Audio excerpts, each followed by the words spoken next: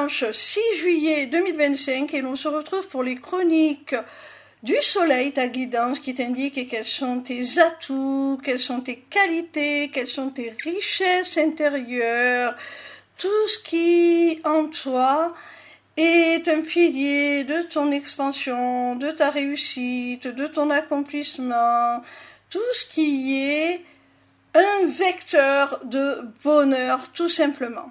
Cette semaine, j'ai effectué mon tirage avec l'antidote magique, l'oracle des Sœurs Chaudron, par Sandy Tattoo 2.0 et Ginger Tea.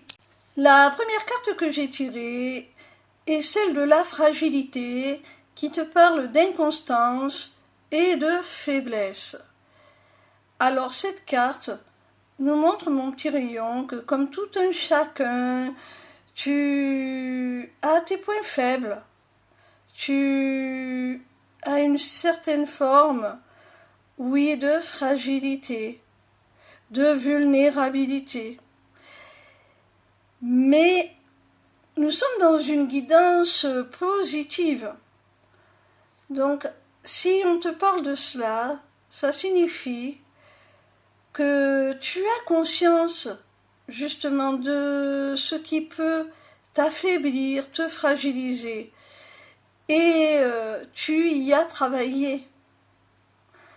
Aujourd'hui, même si tout n'est peut-être pas réglé, tu sais tes points faibles, tu sais tes lacunes, tu sais ce sur quoi il faut que tu sois vigilant, mon petit rayon, pour ne pas te trouver en position de faiblesse.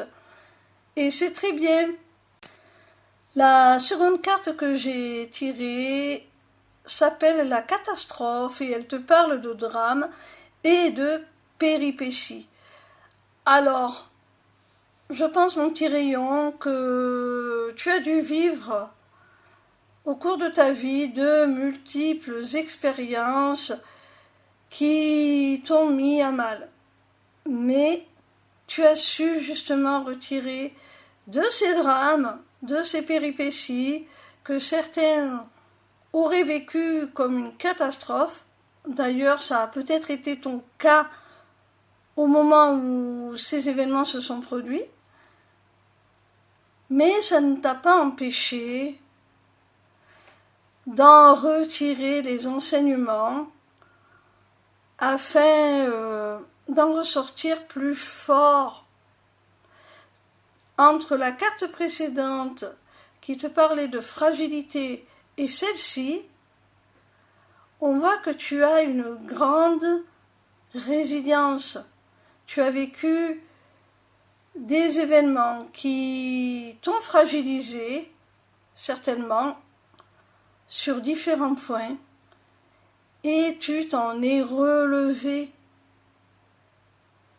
Tu as su t'adapter à ces tourments. Tu as su, comme je l'ai dit précédemment, en retirer les leçons.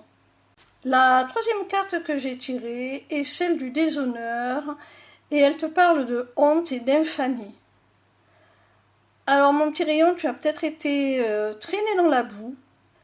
On a peut-être lancé sur toi des rumeurs où on a mis en lumière certaines situations où tu n'étais pas à ton avantage et que tu aurais préféré garder pour toi. Peu importe. Cela t'a rendu plus fort. Ça t'a rendu plus fort parce que ça t'a permis tout simplement de te détacher de l'opinion des autres. Aujourd'hui, ça t'a conduit à être ton seul juge et maître. Donc, c'est un mal pour un bien. Bien entendu, sur le moment, ça a dû te blesser, tu as dû en souffrir, mais ça t'a permis aujourd'hui de mieux te protéger, de ne pas tout divulguer et de choisir à qui tu peux faire confiance. Et en même temps, ça t'a permis aussi de te détacher, comme je le disais précédemment, de l'opinion des autres et d'être beaucoup plus libre. La quatrième carte que j'ai tirée est celle de la colère et elle te parle de violence et de haine. Alors, mon petit rayon, soit tu as subi cette colère, cette violence, cette haine, tu en as été la cible, soit c'est toi la source de cette colère, c'est toi qui héberge cette colère, cette violence et cette haine. Ça peut être les deux, hein, tu me diras. Hein. Peut-être que tu en as été victime et que ça t'a poussé à adopter le même mode de fonctionnement. Hein. Peu importe. En tant que victime, ça t'a renforcé, ça t'a rendu encore plus résilient. Tu n'as plus peur d'affronter les autres. Tu sais maintenant t'affirmer. Et si c'est ta propre colère dont parle cette carte, tu as su la canaliser pour en faire une énergie motrice qui te porte, pour te défendre quand c'est légitime, pour défendre de nobles causes, ou pour tout simplement en extraire une force, une rage de vivre qui te permet de venir à bout de tous tes projets. Tu ne baisses pas les bras. La cinquième et dernière carte est celle de la jalousie qui te parle d'envie et de victime. Alors, la jalousie dont parle cette carte, c'est un peu comme la colère. Soit c'est toi qui l'as subie, soit c'est toi qui jalouse les autres par un complexe d'infériorité, parce qu'on a vu que tu avais été humilié, on a vu qu'on avait pu te mettre en colère, et tout ça peut nourrir cette jalousie envers tes bourreaux. Mais c'est comme ta colère, au lieu qu'elle te dévore, cette jalousie, au lieu que tu en fasses un outil de vengeance, eh bien, tu en as fait une énergie motrice. C'est-à-dire que tu as transformé cette jalousie, cette envie, en admiration. Alors peut-être pas pour la personne elle-même, mais pour ce qu'elle a réussi à obtenir.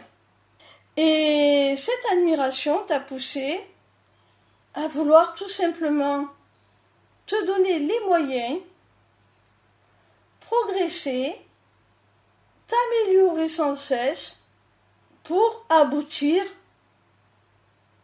à l'acquisition de ce que tu jalouses, de ce que tu envies. Et finalement, cette envie, comme je le disais, tu l'as transformée en admiration et tu as réussi à obtenir ce que tu admirais, ce pourquoi tu avais de l'admiration. Et c'est la meilleure des vengeances d'avoir réussi à t'accomplir. Alors si c'est toi qui en as été la victime de cette jalousie, eh bien ça t'a permis de mieux te protéger, de mieux protéger tes intérêts, de t'affirmer. Ça t'a rendu plus combatif aussi face à l'adversité.